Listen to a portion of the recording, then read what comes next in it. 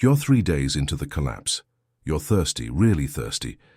And there's a perfectly good river running through the center of town, the same river you've driven past 1,000 times, the same river where people used to kayak on weekends. Here's what your brain is telling you.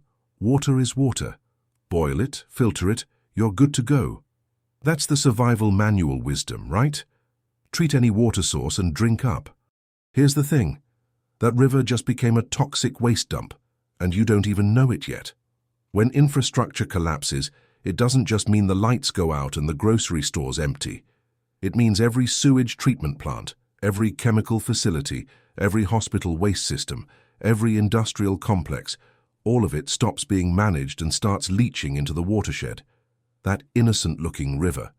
It's now carrying untreated sewage from 50,000 toilets upstream, industrial solvents from 3 manufacturing plants, medical waste from 2 hospitals, and runoff from 12 gas stations. Your camping filter wasn't designed for this. Your pot of boiling water isn't going to save you from heavy metals and industrial chemicals. Most people will die of waterborne illness before they die of dehydration, and they'll die thinking they did everything right. Let's fix that. If you're getting value from tactical reality checks like this, hit that subscribe button and turn on notifications. We're building a community that thinks 3 moves ahead, while everyone else is still fantasizing about being the protagonist. You're going to need that edge. The psychology of water in a collapse is fascinating, in a deeply screwed-up way. Water is so fundamental to survival that your brain will start making compromises you'd never make under normal circumstances. You see a pool, you see a pond, you see a creek. Your thirst-addled brain sees salvation. What you're not seeing is the invisible chemical and biological nightmare that's brewing in every standing water source within a 50-mile radius. Here's what most people don't realize about municipal water systems. They're not just about getting water to your tap. They're about keeping contaminated water away from clean water. The entire infrastructure is designed with pressure differentials that keep sewage from backflowing into drinking water. When power fails, when pumps stop, when maintenance crews disappear, those pressure systems collapse. You get what's called cross-contamination. The clean water pipes and the sewage pipes are often running parallel to each other, separated by maybe 3 feet of soil. When the system fails, that separation becomes meaningless. Within 48 hours of a major grid failure, you're looking at sewage backing up into water mains across the city. The water that comes out of your tap, if anything comes out at all, is potentially contaminated before it even reaches your house. And here's the kick in the teeth. You won't know. It might look clear, it might not smell like anything, but it's carrying E. coli, Giardia, Cryptosporidium, and possibly hepatitis A. Boiling will kill the bacteria and parasites. It won't do shit about the chemical contamination. Let's talk about the obvious choices that will kill you. Mistake number 1, trusting that river or stream because it looks clean. Water clarity has almost nothing to do with water safety in a post-collapse scenario. That clear mountain stream? Might be fine. That clear urban creek? Absolutely not. The difference is, what's upstream? In wilderness settings, upstream means wildlife and natural decomposition, gross but manageable with proper treatment. In urban or suburban settings, upstream means industrial zones, residential areas with failing septic systems, hospitals, chemical plants, and agricultural runoff. You're not dealing with beaver shit anymore. You're dealing with chemotherapy drugs in the water from hospital waste. You're dealing with prescription medications that don't break down. You're dealing with industrial solvents, heavy metals from degrading infrastructure, and pesticide runoff. Your soya filter is rated for bacteria and protozoa. It's not rated for dissolved chemicals, heavy metals, or pharmaceutical compounds. You could filter that water until it's crystal clear, drink it, and be poisoned by things your filter can't even see. Mistake number 2, swimming pools as a safe backup source. This one sounds smart. Pools are chemically treated, right? They should be safer than natural water sources. Here's the problem. Pool chemicals are designed to maintain water quality under specific conditions: filtration, circulation, regular dosing. When the power dies, the pumps stop. Within a week, that chemically balanced pool becomes a stagnant breeding ground. The chlorine dissipates, algae blooms, bacteria multiplies. And here's what kills people. They remember the pool was recently treated, so they think it's safer than other sources. It's not. It's actually more dangerous because of what happens to pool chemicals when they break down in stagnant conditions. Chlorine doesn't just disappear, it reacts with organic matter, creating chloramines and other compounds that can damage your lungs and digestive system. That chemical smell you associate with pools, that's chloramine gas forming when chlorine reacts with contaminants. In a poorly maintained pool that's been sitting stagnant, those concentrations can be harmful. You're not just dealing with stagnant water, you're dealing with a toxic chemistry experiment. And if you're thinking about using pool water and treating it, you need to understand that many pool chemicals are not designed to be consumed even after boiling or filtering. The residual chemicals can cause severe gastrointestinal damage. People will die trying to be clever, thinking they're using a pre-treated water source. Mistake number 3. Collected rainwater without understanding contamination vectors. Rainwater collection sounds like the smartest move in the handbook. Clean water falling from the sky. What could go wrong? Everything. Everything can go wrong. Rainwater doesn't fall into your collection barrel in a pure state. It hits your roof first. Your roof is covered in asbestos fibers from old shingles, bird feces loaded with bacteria, industrial particulate that settled during dry periods, heavy metals from atmospheric pollution, and biological material from rodent traffic. That first rain after a dry spell, called the first flush, carries the most concentrated load of contamination. If you're collecting in a barrel without a first flush diverter system, you're concentrating everything toxic on your roof into your drinking supply. And here's where people fuck up. They taste it tastes fine, and they assume it's safe. Your tongue is a terrible toxicology lab. You can't taste heavy metals at dangerous concentrations. You can't taste many industrial chemicals. You can't taste bacteria or viruses. By the time you're symptomatic, you've been drinking contaminated water for days. Mistake number 4, emergency water from water heaters and toilet tanks. This is taught in every basic preparedness guide, and it's going to kill people who don't understand the timeline. Yes, your water heater holds 40 to 50 gallons of potentially drinkable water. Yes, your toilet tank, not the bowl, the tank, holds clean water. This advice is solid for the first 48 hours of a localized emergency when the municipal system is still intact upstream. In a total collapse scenario, that timeline matters. If the infrastructure failed before you isolated these water sources, they're already contaminated by backflow. Once sewage starts backing up into water mains, it's reaching your water heater. It's reaching your toilet tank reservoir. You need to shut off the main valve to your house the moment you suspect system failure. Most people won't do this because they don't understand how quickly contamination spreads through water lines.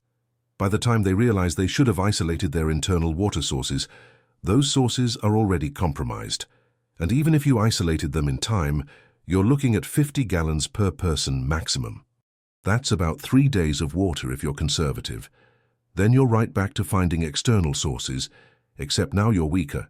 You've burned through your safe supply, and you're making decisions with a brain that's starting to shut down from dehydration.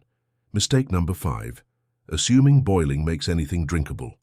Boiling water is the golden rule of wilderness survival, and it works beautifully for biological contaminants, bacteria, viruses, parasites. 1 minute of a rolling boil at sea level, you've killed the biological threats. This is drilled into every survival manual. Here's what those manuals don't emphasize enough. Boiling does nothing for chemical contamination. Zero. Nothing. It actually concentrates some chemicals as the water evaporates. You boil water contaminated with heavy metals, you're just making a more concentrated heavy metal solution. You boil water with industrial solvents, you're potentially releasing toxic vapors and concentrating what remains. Petroleum products, pesticides, pharmaceutical residues, none of these are addressed by boiling. In fact, some people will die from toxic fumes when they boil heavily contaminated water indoors without ventilation, never even drinking it. This is where the urban versus wilderness divide becomes life or death. In actual wilderness, boiling is usually sufficient because the contamination is primarily biological. In collapsed urban and suburban environments, the contamination is predominantly chemical and industrial. Your strategy needs to flip. and most people won't realize this until they're already sick. Mistake number 6. Thinking distillation solves everything. Some preppers know boiling isn't enough, so they have distillation setups. Smart, right? Distillation separates water from contaminants by evaporating the water and condensing the steam. This handles both biological and most chemical contamination, because you're literally separating water molecules from everything else. This is good. This is one of the few methods that addresses chemical contamination. But here's the problem. Distillation is energy-intensive and slow. You're looking at producing maybe 1 gallon of safe water per hour with a basic setup, and that's running constantly. You need fuel. In a collapse, fuel is finite. Wood gathering takes time and energy. Propane runs out. You're burning resources at an unsustainable rate to produce water at a barely sustainable rate. Most people can't maintain this. They'll distill for a few days, burn through their fuel reserves, and then they're right back to making risky decisions about water sources because their distillation capacity has collapsed. Mistake number 7. Waiting too long to relocate because of water availability. This is the strategic error that compounds all the tactical errors. You find a marginal water source, maybe a stream that's questionable but treatable, maybe a well that's still producing, maybe a rain collection system that's working okay. That water source becomes your anchor. You commit to staying because leaving means abandoning your water supply. This is the rational choice, until the water source fails or becomes obviously contaminated. Now you're in crisis mode. You're dehydrated, you're weak, and you're trying to relocate. Every decision is harder. Your judgment is impaired. Your physical capacity is reduced. The time to relocate was when you still had water, when you still had strength, when you could afford to scout multiple locations. By anchoring to a single marginal water source, you've trapped yourself. And here's the cascade. You can't leave because you need water, but the water source is degrading, so you take more risks with treatment, which makes you sick, which reduces your capacity to maintain your treatment system or relocate, which forces you to take even more risks. You're in a death spiral, and it started because you committed too early to a location based on a single resource that was never sustainable. Let's be real for a minute about what sustainable water looks like in a collapse. You need a source that's renewable, relatively clean at the source, and doesn't require constant energy input to treat. Deep well with a hand pump. This is gold standard. You're pulling from an aquifer that's naturally filtered through soil and rock. You're below the contamination layer that's affecting surface water and shallow wells. You have mechanical advantage without electricity. This is why rural well water is genuinely more valuable than any urban water source in a long-term collapse. Natural springs that are genuinely coming from underground sources, not surface runoff. These can be safe if you understand the geology. The key is knowing what's upstream underground. Are there septic systems leaching into the groundwater? Are there industrial sites? Are there agricultural operations using pesticides? You need geological knowledge to assess this, and most people don't have it. Moving water sources in genuine wilderness areas, away from human infrastructure, these are your fallback. The contamination load is primarily biological, which means your treatment methods work. You can boil, you can filter, you can use UV purification. You're back to dealing with threats that your equipment was designed to handle. Here's the survival math on water in collapsed infrastructure. Urban areas become unlivable within 2 weeks for anyone without a renewable clean water source.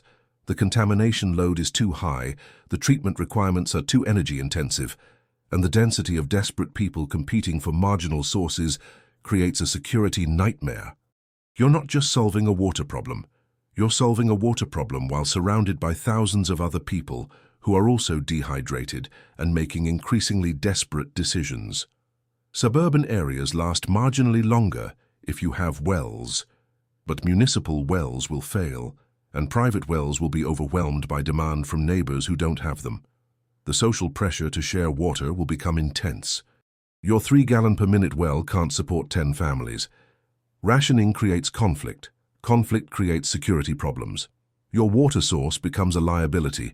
Rural areas with private wells, springs, or access to genuinely remote water sources. This is where long-term water survival is possible. But it requires being there before the collapse, understanding your source, having backup treatment methods, and having the security to defend it. The practical advice is simple, but it's going to piss people off. You survive long-term water scarcity by not being in an area dependent on infrastructure water when that infrastructure fails. If you're in a city or suburb when the grid dies and you don't have a renewable clean water source that's secure, your timeline is measured in days to weeks, not months. You either relocate to a sustainable water source, or you die of dysentery while telling yourself you did everything by the book. The survival rate for water-related deaths in infrastructure collapse is grim. Studies of historical collapses, Sarajevo, Syria, Venezuela, show that waterborne illness kills more people than violence in the first 90 days. Cholera, dysentery, typhoid, these diseases that we think of as ancient history come roaring back the moment sewage treatment fails. And they kill fast. You're dead in 3 days from cholera dehydration. You're incapacitated from dysentery in 2 days. You don't have time to adapt or learn. Your realistic options: pre-collapse, you relocate to an area with sustainable water. Post-collapse, you immediately head to remote water sources and accept the energy cost of constant treatment. Or you stay in place with urban water sources and accept a timeline measured in weeks before you're too sick to function. All right, your turn. Would you stay in your current location for water access, or would you relocate? What's your actual water source plan that doesn't depend on finding pristine bottled water? How long do you think you could maintain distillation before you burn through your fuel? No plot armor, no assuming you'll figure it out. Just honest assessment of your water strategy when the tap stops running and the river becomes poison. Drop your water survival strategy in the comments. Let's debate who's actually thought this through versus who's relying on optimistic assumptions. Hit that subscribe button if you want more tactical reality checks that might actually keep you alive. Turn on notifications because this kind of analysis doesn't come from anywhere else. And remember, you don't need to outrun the contamination. You just need to never drink it in the first place.